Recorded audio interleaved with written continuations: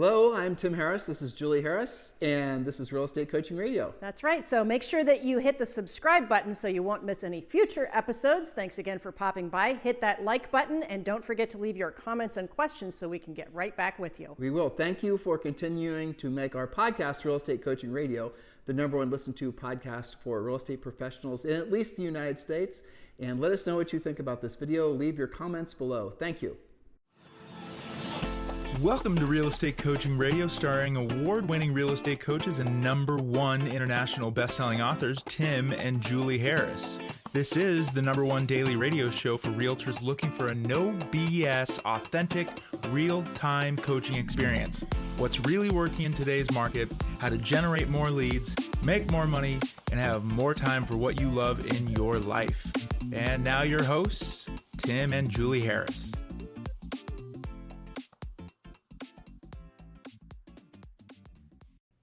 Welcome back. We are talking today and tomorrow, sharing with you guys our ultimate open house system. Now, we've talked about this before, and the reason we bring this up usually every 6 months, 4 to 6 months, is because we're always updating and revising it, always improving it based on the feedback from all of our amazing coaching clients all over the country.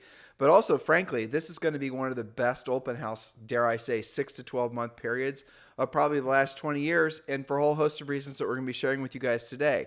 Now, before, well, actually, it used to be that the top producing agents, Julie, they would shun open houses thinking somehow that's just the domain of the new agent. I know. But they don't think that anymore. They know open houses are a cash cow. Absolutely. And going forward with listings sitting a little bit longer on the market, you can, guess what, do more open houses and make it a even more legitimate spoke in your lead generation wheel. So I'm going to start out with this little bit of education, then we're going to read you guys an email. So here's how the buying behavior for all consumers acts. This is the pattern. This is how you buy things, especially when it comes to real estate.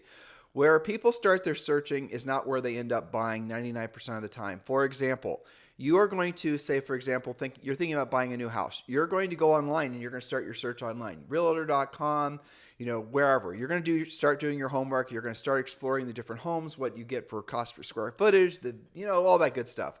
And then what's going to happen is you're going to go from, say, looking at a particular city, and then you're going to be focusing on a particular, maybe it's going to be a neighborhood, or maybe it's just a specific geographic area. Maybe you want to have a waterfront house, or maybe you want a house that's, close to this amenity or that amenity. You guys get the gist of it. And then after that, people start driving neighborhoods. That's the pattern that humans follow when looking for real estate in particular, but similar to when they're looking for anything. Now, why am I telling you this?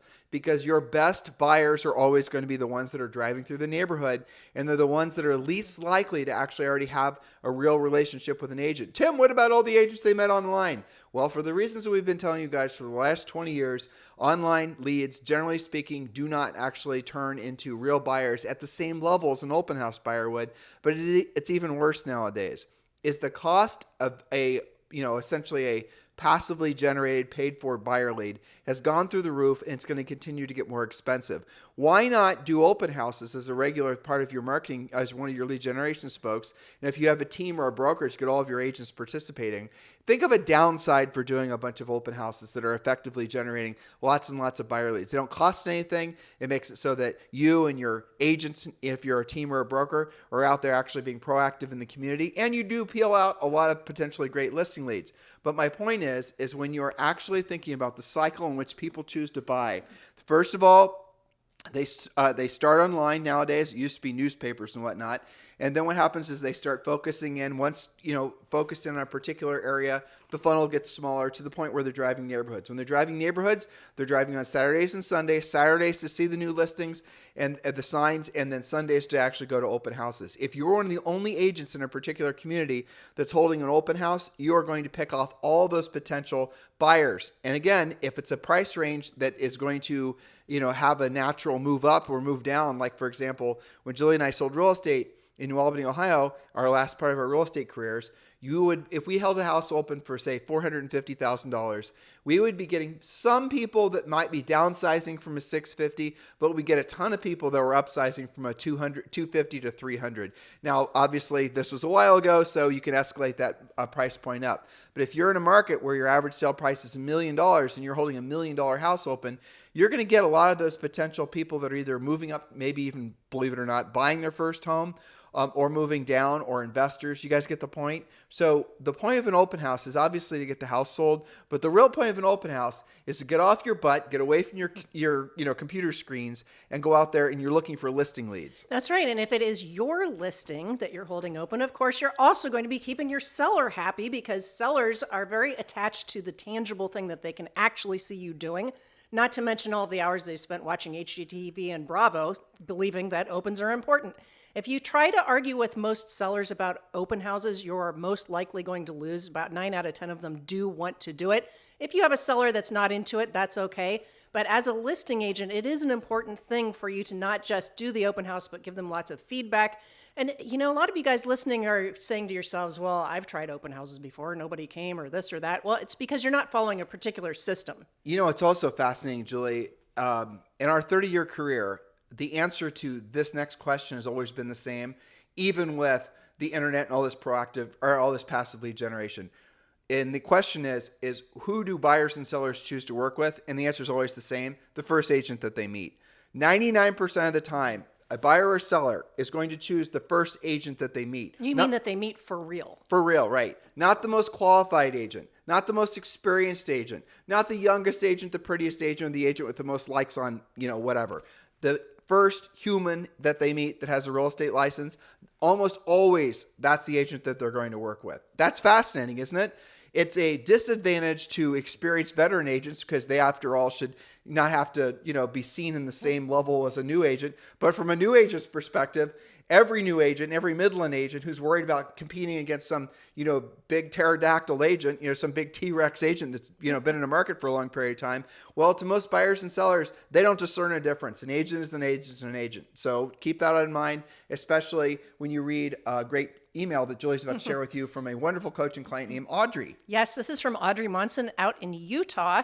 And she sent an email maybe an hour ago. It says, thanks to all of you for my open house this weekend was amazing. We had 26 groups of people through and at least 2 great leads. It was a traffic jam. Thank you for sending me all of the information. She's working on our open house system. I was able to implement most of it, and next time I'm going to implement 100%. So shout out to Audrey. Nice job on that. We are actively building her open house spoke. This will not be just a one-off experience. This is going to be a lead generation spoke for her business. By the way, Audrey, I know you're listening, so remember this. I know you just did this open house recently. You've got to call every single one of those leads. Don't text. Well, you can text, but make sure you call. The calling, the actual conversation, voice to voice, ideally, human to human, is going to absolutely positively generate you more leads.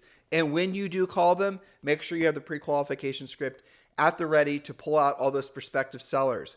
And also keep in mind that a lot of the people coming through open houses actually might be the neighbors who are essentially building their own, comps for when they decide to put their house for sale. Very, very likely. And it's interesting. You said that people will use the agent first one that they saw face to face. That includes, going into the future. How many times, those of you who do open houses systematically will know this. Somebody will call you and say, you know what, I met you in an open house like 18 months ago, and you were the only agent who gave me the time of day. You were the only agent who was nice to me. You were the only agent who followed up with me. So take that seriously. You're going to have the obvious leads, like what Audrey just stated, the 2 that she knows for sure are good leads. Then you're going to have a whole bunch of lead follow-up to do a good job on. Well, but as far as lead follow-up, furiously fast lead follow-up, it's a chapter in our book. That's how important it is. If you've not received, or rather, if you've not read or listened to our book yet, it's called Harris Rules. It's a bestseller, Amazon, Barnes & Noble, everywhere else, where where you buy books everywhere. We've seen it for sale, airports and just, it's fantastic. Awesome. But get the book, and we talk about furiously fast lead follow-up. And again, going back to the, I think, eye-opening education I was just giving you guys about the level in which buyers or sellers, the filters in which they put their prospective agents through, which is basically none. In other words, the first agent that they meet. But I'll tell you the other secondary part of that, which Julie just reminded me of. It's if you are an agent who is furiously fast with your lead follow-up and you are calling, urgently following up on all your leads, you're going to win 99% of the time.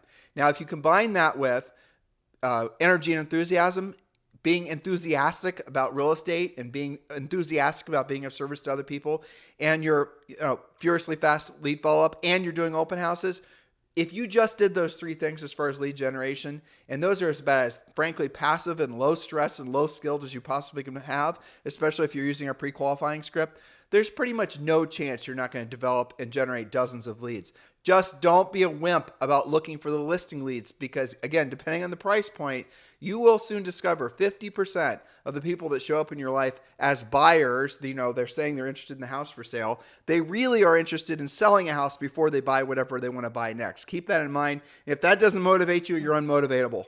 Well, it's really true, because how many times will sellers say, well, I think I want to sell, but I need to go and make sure there's something for me to buy before I make that decision. And how are they deciding? Like, you're wondering, well, okay, so if I'm listening to what Tim and Julie are saying, they're telling me that it's a completely level playing field, provided I'm actually on the field. Correct. In other words, you have to be doing the open houses. You have to be doing the furiously fast lead follow-up. You can't be hiding behind a keyboard. You can't just be dropping people into CRM expecting some digitized lead follow-up system to replace your voice and your skill set. These are all 100% true. But here's the advantage you have. If you don't fight in your mind with what I just said, and you actually are willing to do the real work of real estate, all of your competitors, and that is what they are, they're not going to necessarily think like that. They're going to be if you came into real estate in the last really 14 years, passive lead follow-up and passive lead generation has become totally normalized. So if you want to have a unfair advantage in the marketplace, don't be the agent that's passive. Be the agent that's actually going to do the things that we're about to share with you with point number 1, but be the agent that's doing the open house. Don't just sit on your butt in the open house. Again, we're going to give you the rules here in a second. Have conversations. Now you're wondering, what do I say? We're going to tell you. Now, this is just an overview of the system. Obviously, for those of you who want to take your open house lead generation system to the next level, the complete system is waiting for you on Premier Coaching. Many of you, hundreds of you, actually in the last, since June, well over 1,000 agents have joined Premier Coaching. And I understand why. You guys are looking for very specific direction in your real estate businesses. You're wanting to understand exactly what you should know and exactly what you should do and which order you should do it. You don't want to, and frankly, you don't have the time to trial and error and test this and test that. You want to have an exact proven plan. That is what Premier Coaching is. And Premier Coaching was designed for a market like this. It works in all price ranges, all interest rate environments, all political environments. It does not matter. Premier Coaching is free for you to join now. Text the word Premier to 47372. Text the word Premier to 47372. Do that urgently, guys. Don't wait another 2 or 3 months or lie to yourself that you're going to finally get your act together with regards to your business plan and your real estate career. Do it now. Having a jump on the new year. If you're listening to this in replay years from now, don't worry about the fact that this is a previous podcast, because the information is still relevant. But you guys do have 3 months right now before the new year starts. Why not, as we've been begging for all of you to take seriously, why not mentally and emotionally start your new year now? And the best thing you can do is get your skills together. Expired listings are going to be an absolute cash cow in the new year. They are now. We've told you lots of examples of, in all markets in the country, we're having coaching clients go in there and look to see how many expireds there are. It's not 1 or 2. It's hundreds, in some cases, thousands of expired listings. This is your market if you're willing to be a proactive lead generator. If you're actually willing to finally become your best, yourself as your, what was I going to say? The best version of yourself as a real estate professional. And that does take skills. So text the word Premier to 47372, or just go to members.timandjulieharris.com, and you can join now for free. And yes, that does include a daily semi-private coaching call. Okay, so we have split this into 2 parts. This is part 1, how to monetize your open houses. Stop saying things like, I'm going to go sit in open house. It's all about monetizing your open houses. Point number 1, and this is number 1 for a reason, choose the right house. First-time move-up homes are the best. Popular neighborhoods, school districts, and zip codes, the more curb appeal, the better. You know what's hot and what's not, so choose wisely. Don't hold an open that's behind gates, up a twisty road, hard to find, hard to park, or other inconveniences which will deter your turnout. So choose the right house. Rural is going to be a bad thing because you're just not going to get enough drive-by traffic. You're going to want to choose like condos. If you're in an environment with it's just wall-to-wall condos or apartments, well, then you don't have any choices. But if you do have choices, always hold a single-family house for sale. And again, the checklists, hold a single-family house open. The checklists on how to do this are all part of Premier Coaching, so make sure you absolutely positively follow the checklist when you're scaling this out. But Julie's first point, none of the other points are relevant unless you hold the right house open. If you don't hold the right property open, people are not going to go through a bunch of gates or a bunch of passcodes or essentially a maze in an apartment building or a maze in a condo building to get to the open house. They're just not going to do it. And then you're going to think that open houses don't work because nobody showed up. You just chose the wrong one. That's it. Exactly. Point number 2, use at least 10 directional signs, more is okay, and ask permission to put those signs on the neighbors' lawns. Who do you know who I should call for my open house this weekend? You can order inexpensive, they're called bandit signs, and save money. I've seen them for as low as $1 a sign. More signs equals more traffic. Purchase inexpensive ones if necessary. You can borrow them from agents and brokers in your office, but get the inexpensive ones so you can basically put 10 to 20 of them out on every major intersection, and always ask permission if you're planting one in the neighbor's yard. So we'll scale up that idea. What we did when we were doing this in New Albany is we would do every weekend, and we had buyer's agents working for us, and we also had independent agents that would participate in this as well, people that weren't part of our team, is we would do a Harris tour of homes. And we would have Harris Tour of Homes signs with little arrows that would be pointing in the direction of the open houses. And then we'd hold all these open. Typically, we'd do maybe 4 to 6 opens every Sunday from like 1 till 4, just, really dependent on the traffic. We did eventually get to the point where we were doing a Harris Tour of Homes, and we would do that once per month where we'd have, a lot of listings, and they'd be each open for 30 to 45 minutes, sometimes an hour each. Why'd we do that? And then obviously someone would go to the first one that was open from say 11 till noon, and then we'd give them essentially a map of where the next one is going to be, and then people would go from open house to open house to open house to open house, meeting sometimes we would have, which is kind of funny, we'd have 3 of our agents that were doing, maybe in one day they'd do 6 open houses because they were just rotating from one house to the next, because you're really going to prove to the market that you're really working your butt off to get properties sold. And when it comes to a seller thinking about who they're going to consider to be their listing agent, even if they play tennis with Bob every single Wednesday or whatever, the fact that they've seen Tim and Julie Harris in that example, or your name in your community that was actually working to get listings sold when other agents were complacent, you don't think that's going to at least give you a shot at competing for that listing? Of course it will. Absolutely. Point number 3, know the listing and know the neighborhood. You're not always going to hold your own listings open, so make sure you've done your research. Keep a cheat sheet of the following: all of the active listings surrounding this subject property, the pending listings recently sold in the neighborhood, as well as any neighborhoods which compete with the subject property. Know the average days on the market and the average list to sell price ratio. It is very smart for you to keep that information at your fingertips during the listing, or during the open house. That way, if somebody says, this is the neighborhood for me, this is the only place that I want to live, but maybe this house is a 3-bedroom, I've got to have a 4-bedroom or whatever, I need a bigger backyard. Well, you need to be able to say, that's interesting, I love this neighborhood too. In fact, here are the 4 or 5 other listings available, and then you can proceed to pre-qualify and perhaps get an appointment. Now, I'm going to give you guys, Julie's next point similar to that one, but I'm going to give you guys a suggestion. So a lot of agents make the mistake, in my opinion, of having a whole bunch of flyers there with all the pertinent information about the community that they then allow the buyers to take. I would absolutely positively not do that, because you've just basically made it so that they have nothing to talk with you about because you've given away all the information. You want to have the information maybe on your phone. There's lots of apps that your MLS uses. The technology nowadays for Julie's, point number 3 and this point number 4, that you can, have complete market drill down right there on your phone. You could show it to them, you could read it to them, but don't give them something that's making it so that they don't need you anymore. You want to be able to help them understand and translate the data, not just take it and leave. You guys get it? The point is for you to start conversations. And yeah, if you want to email them, especially if they're a seller, if you want to email them information about the community, maybe a CMA and whatever, that comes as a result of you having this proprietary, with air quotes around it, information about what's actually going on in the market. Information is power. And there used to be an old saying that information wants to be free. No, it actually doesn't. Information doesn't want to be free. Really valuable information wants to be really expensive. In this particular case, respect the information that you have. Yeah, so point number 4, similar, know the facts about the competing neighborhoods. For example, excuse me, is there new construction nearby?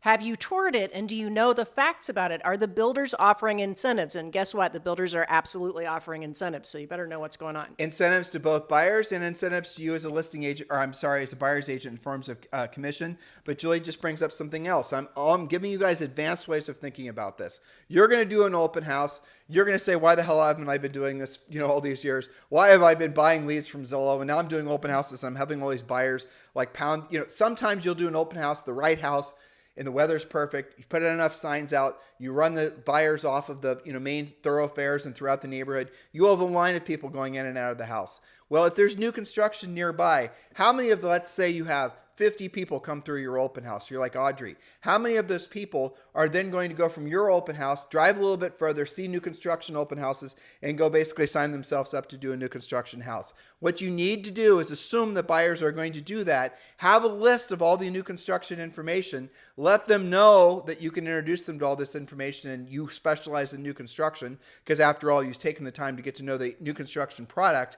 And then what you do is you say, can I introduce you to the new build rep at ABC Builder that's 2 blocks away? And they'll say yes. And then I want you to text Bob, who runs the new build site at ABC Builder, and tell him that you're sending this wonderful couple down to actually meet with him. And then Bob's going to register you. And if that couple ends up buying a house from Bob, then you're going to get commission on that, even if your involvement doesn't go beyond what I just said. That really does happen Hell all yeah, the it time. happens. All the time. And, it's a really fantastic environment for that right now because builders do have inventory. They're needing to sell and close before they end And the let's year. be honest, some of these new build reps were jerks to buyers agents during the Yep. seller's market. They're not jerks now. No, they're not. And so you need to get a list of all the perspective. To Julie's point, when you're doing an open house in a community, if there's new construction, and don't just think 2 streets away, anywhere in that geographic area, new construction almost always, provided it's not in a dramatically like if it's in a location that's similar, because resale, generally speaking, is in a better location versus new construction, which is further out. But who knows, right? Adjust accordingly. You need to know every single new construction, new build rep. We've done tons of podcasts, tons of coaching on this. Put them all, frankly, maybe even have a WhatsApp group. Put all the local new build reps in there and then send them one message telling them you're sending Bob by or, Sarah and Steve or whatever, and you're sending them by and get them registered. You guys get the point. This is incredibly important and you will make money like magic when you do that, because I'm going to say this again because I know some of you have never experienced this before. Some of you veteran agents have never experienced this before. If all you do is make the introduction, the new build rep is not given an incentive to cut you out of the deal. The new build rep is not given an incentive to put you on the deal. So if you introduce those buyers to that new build rep, and some builders will say, well, there's a threshold rule. You had to bring the buyers through. Well, the new build rep has a relationship with you, and that text introduction is all it's going to need. And by the way, do you think that new build rep really wants you screwing up their sales process? No, they don't. So there you go. That is one of the easiest ways you can make money from doing open houses. Well, and get this, it works in the reverse as well. Assuming that you are nice and kind and communicative with all these new build reps, they have people that walk in their doors that say, you know what, this is a beautiful house, but gosh, it's like $100,000 over my price range. Maybe they will send them over to your open house. It goes both ways. So build those relationships. Well, to Julie's point again, how about how many of those new build reps are going to have buyers walk in that have to sell their houses? And do those new build reps take resale listings? No, they do not. They're employees of the builder. So who are they referring those listings to? Have you ever asked yourself that question? Real estate agents. Some of our biggest competitors when Jules and I sold real estate were agents who were getting fed a steady stream of listing leads from new build reps. It is a no-brainer. Again, we've done tons of podcasts on this, and there's very in-depth, drilled down information on Premier Coaching. It's not too late for you to join Premier Coaching. Text the word Premier to 47372. Text the word Premier to 47372, or just simply go to members.timandjulieharris.com, members.timandjulieharris.com. Remember, when texting, message and data rates may apply. Now, points number 1 through 5 won't matter at all if you don't do point number 6. Capture any and all potential prospects using an open house app or a sign-in book. Follow up the same day or evening using our open house lead follow-up scripts. Which home in the area do you plan on selling? Making sure that you pull out those listing leads. There's lots of different versions of how to capture potential prospect contact information. Some agents will do raffles for, lotteries. They do, a Starbucks gift card. There's many different ways to do this. What I said earlier about not giving away all the market data, and when I said earlier, keep it on your phone and offer to email it to them, then that's your opportunity to obviously get their information. Yes. So don't just, don't make a mistake of going in a corner with one set of buyers and wasting, I'm not wasting necessarily, but spending all your time with those buyers as more people traipse through. When someone wants more information, as we're trying to help you understand, you're going to do a high velocity, high momentum open house. Then what you're going to do is you're going to ask them to write their names on a piece of paper or on a list, and a registry, like Julie just said, and then you're going to follow up with them, right? They can put little notes that they want a CMA or whatever. You have to be urgent with all of this. These simple things work incredibly well because of why? Because everybody wants to actually get off their butts, go out and look at real estate. There hasn't been a lot of homes to look at because of the nature of the market. That's all changing now. Lots of neighbors who are maybe thinking about selling or maybe buying another house. You don't know. There's so much potential if you're actually willing to have real conversations with people. You're saying to yourself, well, I am, Tim. I love people. Great. So now the next thing is, why aren't you doing it? I know what you're thinking, most of you. I don't know what to say. I don't know how to say it. That's the reason you sign up for coaching, guys. That's the reason that you follow our conversation outlines, AKA scripts, because it'll save you the pain and the frustration of having to figure it out on your own. It's simple as simple could be. Yes, and have we mentioned spending a whole lot of money on this? No. No, not even a whole lot of time on this. And we haven't mentioned paying any referral fees, buying any of this business or anything else. In fact, if you borrow, let's say I just got in the business, I got no budget for anything. You can borrow directional signs. We did. Okay, yes. And especially if it's not your listing, you can ask the listing agent to print off some of your support material. But again, to your point, you're not going to over give away all of that information.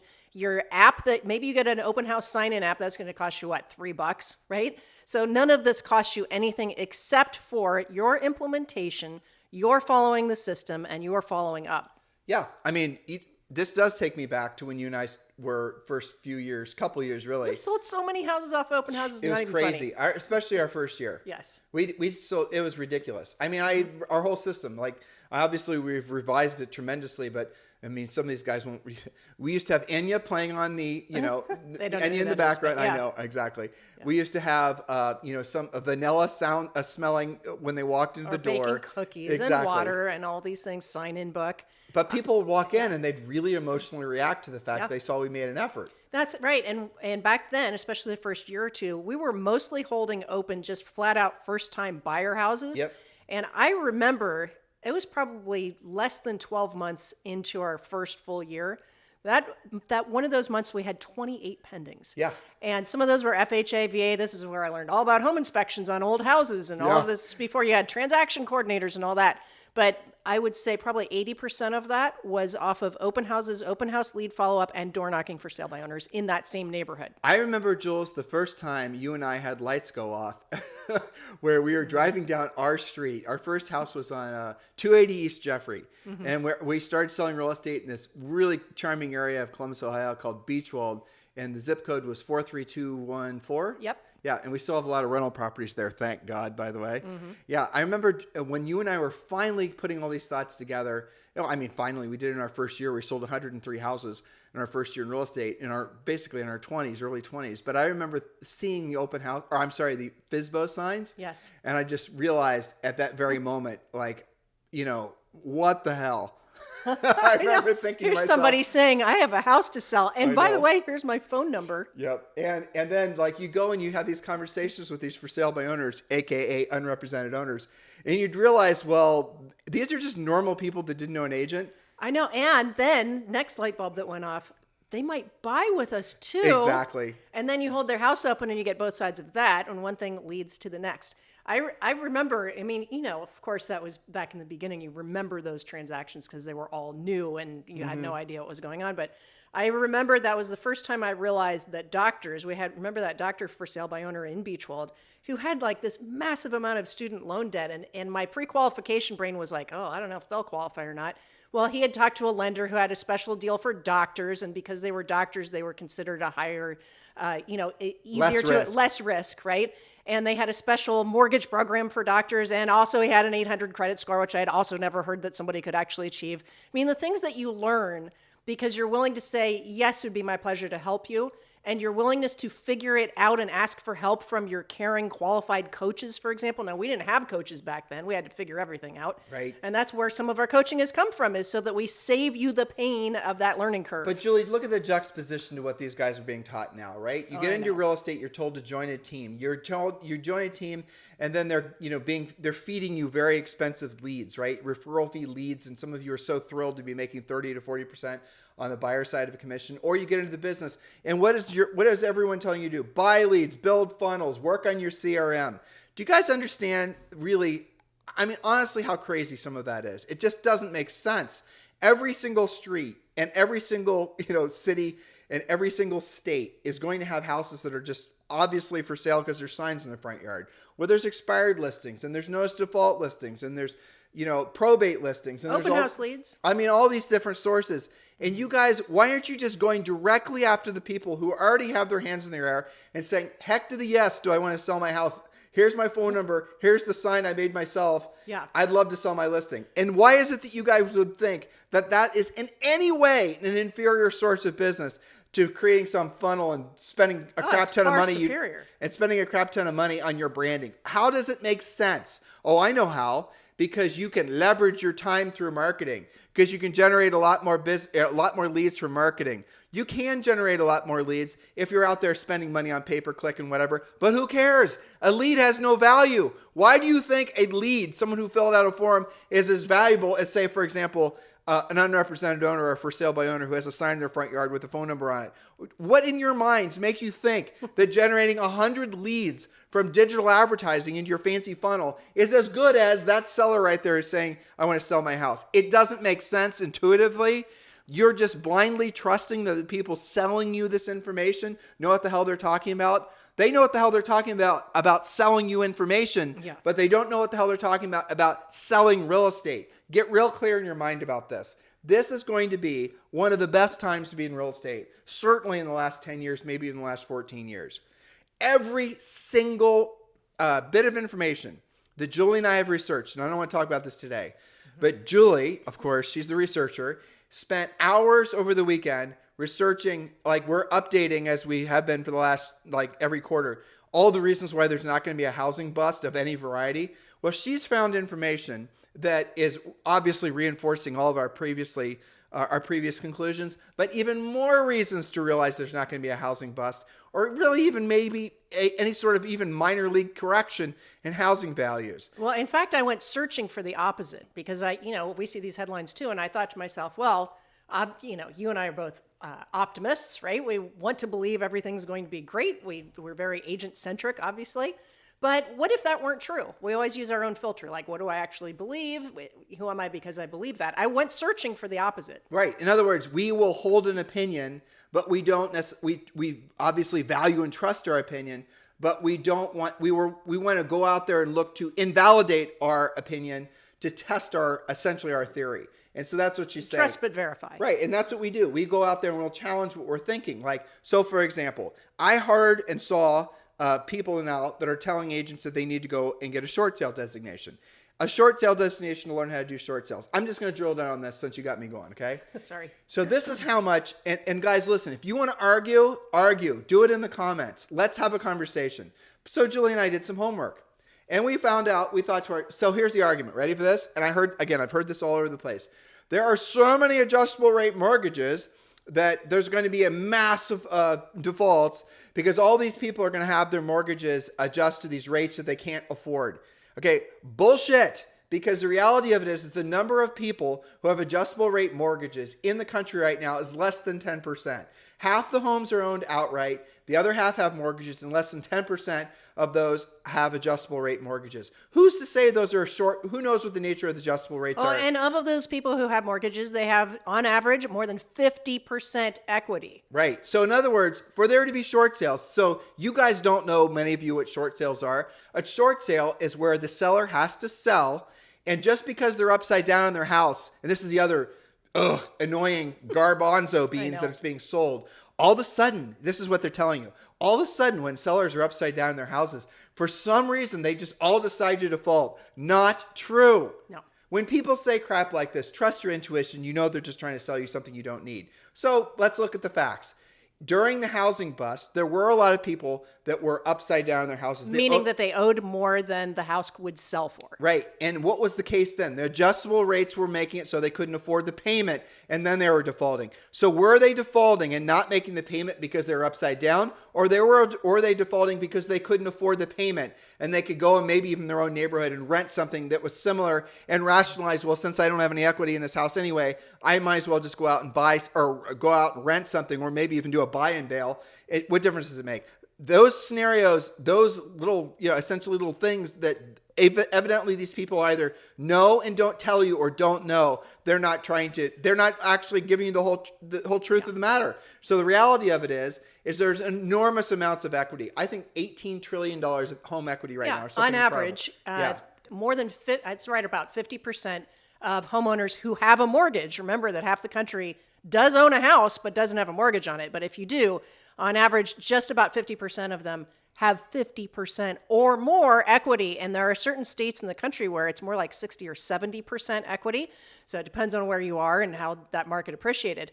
But, there's all of these things are intertwined, and we're going to do an update of this, because the other reason that people ended up doing short sales, you might not, when you put your house on the market, maybe it wasn't a short sale, you're going to break even, but because there was a massive influx of inventory, which reduced prices, that meant that by the time your house did sell, you could be upside down, and you were either writing a check or you were a short sale. Again, none of that is actually happening, and we have facts and charts and figures and graphs to present that to you and to prove it. So what I was really thinking as I did this research was, when you see those headlines like, oh, there's an avalanche of adjustables that are going to happen, all people are doing is recycling headlines from about 2006 and a half. Exactly. Right? Because, well, this time must be like that time, except that it's not virtually in any way. Right. And many of the people that are telling you that weren't in real estate during the real estate crash. They just want to sell you an REO or short sale little widget. So listen, guys, every single one of you have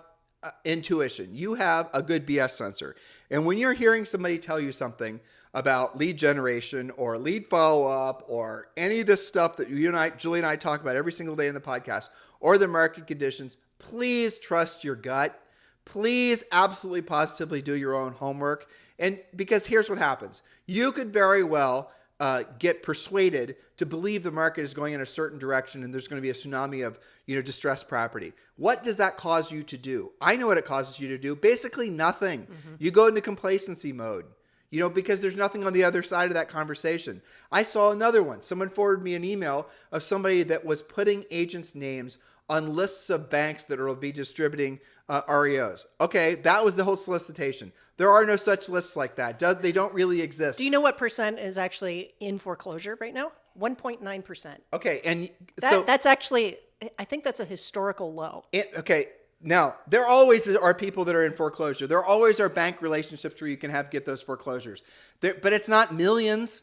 We teach you guys how to do this in Premier Coaching. There are asset managers that you can get listings from. There are banks. There are ways to do it. Again, we teach you in Premier Coaching how to get this, but we're not going to lead you to believe that there's going to be an enormous opportunity for that. There absolutely isn't. If anything, and here's what's crazy, if anything, we are setting up, and it's crazy to say this, but we're setting up for what is going to be one of the most ridiculous boom markets in real estate of our lifetimes, for all kinds of reasons that we're going to be explaining to you guys on an upcoming podcast. That's exciting. I mean, I went looking for something to reinforce some of those negative headlines because, it's possible that we are wrong on some of this. Maybe the market shifted over the, 2 seconds I wasn't looking. Exactly. But, I went looking for that, and I ended up feeling much more positive. I was positive before, but I always like to search out facts to support my outlook.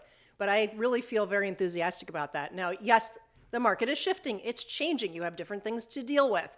You're going to have different clients, different types of prospects, but that doesn't mean that you can't have your own real estate boom. And we're going to talk to you more about this. We're going to continue with our open house discussion and some other things this week, but we're going to, update all of that for you too. So let's put a period at the end of the sentence. Sure. Someone's listening. They're now getting their juices flowing to do an open house. Maybe they've been talking themselves out of it because they believed that the sky was falling. Now they're realizing that not only can they do an open house, it's going to be a great source of business, but now they're realizing the sky isn't falling. Think of all the tens of thousands of agents right now that we are hopefully having a very positive effect on. And we help you guys to realize that maybe the best market of your lifetime is here, if not near. Maybe the best opportunity for you to become the best version of yourself is here, if not near. It's up to you to take the actions. This podcast, our coaching program, is about educating you. It's about hopefully you feel motivated from that education, but none of those two things mean nothing unless you're actually going to take some great action. Take some great action. Obviously, join Premier Coaching. It's the next natural step for all of you.